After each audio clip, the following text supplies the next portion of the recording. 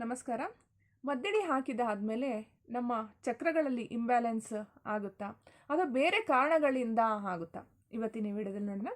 ನೋಡಿ, ಮದ್ದಡಿ ಹಾಕಿದ ಆದಮೇಲೆ ನಮ್ಮ ಮನಸ್ಸು ಮತ್ತು ದೈಹಿಕ ಸ್ಥಿತಿಗತಿಗಳೆಲ್ಲ ಕೂಡ ವೇರಿಯೇಷನ್ ಆಗ್ತಾ ಹೋಗುತ್ತೆ. ಅದರಲ್ಲೆಲ್ಲ ಬದಲಾವಣೆ ಆಗ್ತಾ ಇದ್ದಂಗೆ ಆವಾಗ್ಲೂ ಕೂಡ ಅಷ್ಟೇ, ನಮ್ಮ ಮನಸ್ಸಿನ ಸ್ಥಿತಿಗತಿಗಳು ಯಾವಾಗ ಬದಲಾಗ್ತಾ ಹೋಗುತ್ತೋ ಆವಾಗ್ಲೂ ಕೂಡ ಚಕ್ರಗಳು ಇಂಬ್ಯಾಲೆನ್ಸ್ ಆಗುತ್ತೆ.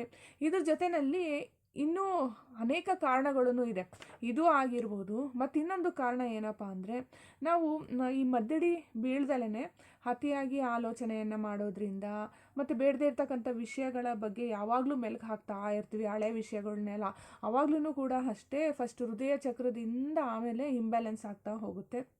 ಇದ್ರ ಜೊತೆಯಲ್ಲಿ ನಾವು ದಿನನಿತ್ಯ ಸುಮಾರು ಕಡೆಯಲ್ಲೆಲ್ಲ ಓಡಾಡ್ತಿರ್ತೀವಿ, ಇಲ್ಲ ನಮ್ಮ ಮನೆಗೆ ಯಾರಾದರೂ ಬರ್ತಿರ್ತಾರೆ, ನಾವಾದ್ರೂ ಹೋಗ್ತಾ ಇರ್ತೀವಿ.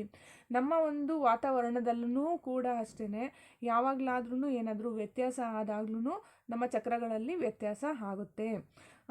ಈಗ ನೋಡಿ, ನಮ್ಮ ಪ್ರಭಾವಳಿನಲ್ಲಿ ನಾವು ಈಸಿಯಾಗಿ ಕಂಪ್ಲೀಟಾಗಿ ಏನಾದ್ರೂ ನೆಗೆಟಿವ್ ಎನರ್ಜಿನ ಇನ್ವೈಟ್ ಮಾಡ್ಕೊಳ್ಳೋ ಅಂತಹ ಪರಿಸ್ಥಿತಿ ಮತ್ತು ಮನಸ್ಥಿತಿ ಏನಾದರೂ ಇತ್ತು ಅಂದರೆ ಆವಾಗಲೂ ಇನ್ವೈಟ್ ಆದಾಗ್ಲೂ ಚಕ್ರಗಳೆಲ್ಲ ಇಂಬ್ಯಾಲೆನ್ಸ್ ಆಗುತ್ತೆ. ಸುಮಾರು ಕಡೆಯಲ್ಲೆಲ್ಲ ನಾವು ಓಡಾಡ್ಕೊಂಡು ಬಂದಿರ್ತೀವಿ ಅಂತ ತಿಳ್ಕೊಳ್ಳಿ.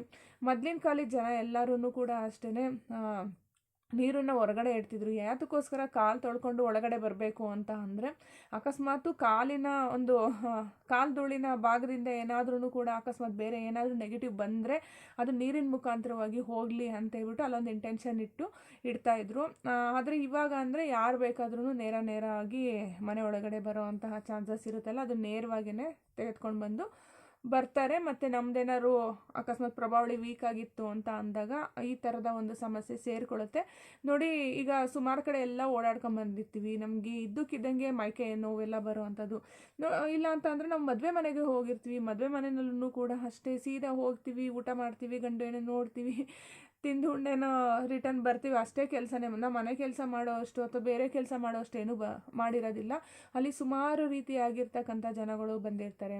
ಒಳ್ಳೆಯವರು, ಕೆಟ್ಟವರು, ಕೆಟ್ಟ ಮನೋಭಾವ ಇರೋ ಅಂಥವ್ರು ಆಗಿರ್ಬೋದು, ಒಳ್ಳೆ ಮನೋಭಾವ ಇರೋ ಅಂಥವ್ರಾಗಿರ್ಬೋದು. ಇಂಥ ಒಂದು ಸಂದರ್ಭದಲ್ಲಿ ಕೆಟ್ಟದ್ದು ಏನಿದೆಯೋ ಅದು ನಿಮ್ಮಲ್ಲಿ ಏನಾದ್ರೂ ಅಟ್ರಾಕ್ಟ್ ಮಾಡ್ಕೊಳ್ಳೋ ಅಂತಹ ಒಂದು ಪರಿಸ್ಥಿತಿ ಇತ್ತು ಅಂತ ಅಂದಾಗ, ಲೋ ಇತ್ತು ನಿಮ್ಮ ಪರಿಸ್ಥಿತಿ ಅಂತ ಅಂದಾಗ ಆವಾಗಲೂ ಕೂಡ ಅಟ್ರಾಕ್ಟ್ ಮಾಡ್ಕೊಂಡು ಬಂದಿರ್ತೀರ. ಸುಮಾರು ಕಡೆ ಎಲ್ಲ ಆ ಥರ ಮದುವೆ ಮನೆಗೆ ಹೋಗಿ ಬಂದಾಗಲೂ ಕೂಡ ಹೆವಿ ಸುಸ್ತಾಗೋ ಅಂಥದ್ದು, ತಲೆ ಸುತ್ತೋ ಅಂಥದ್ದು ಏನೋ ಒಂಥರ ಆಗ್ತಾ ಇರುತ್ತೆ. ಅದನ್ನೇ ಸ್ವಲ್ಪ ನಾವು ನಿವಾಳಿಸ್ಕೊಂಡು ಎಲ್ಲ ಆದಮೇಲೆ ಒಂದಿನಾದ್ರೂ ರೆಸ್ಟ್ ಬೇಕಾಗುತ್ತೆ. ಅದಾದಮೇಲೆ ಮತ್ತೆ ಯಥಾ ಪ್ರಕಾರವಾಗಿ ಸರಿ ಹೋಗ್ತೀರಾ.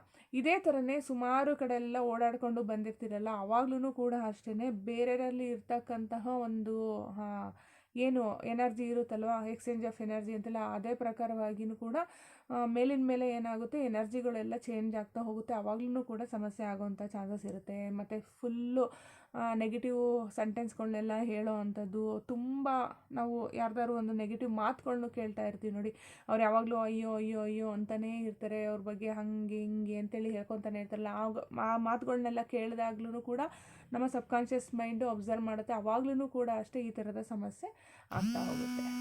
ನಮಸ್ತೆ.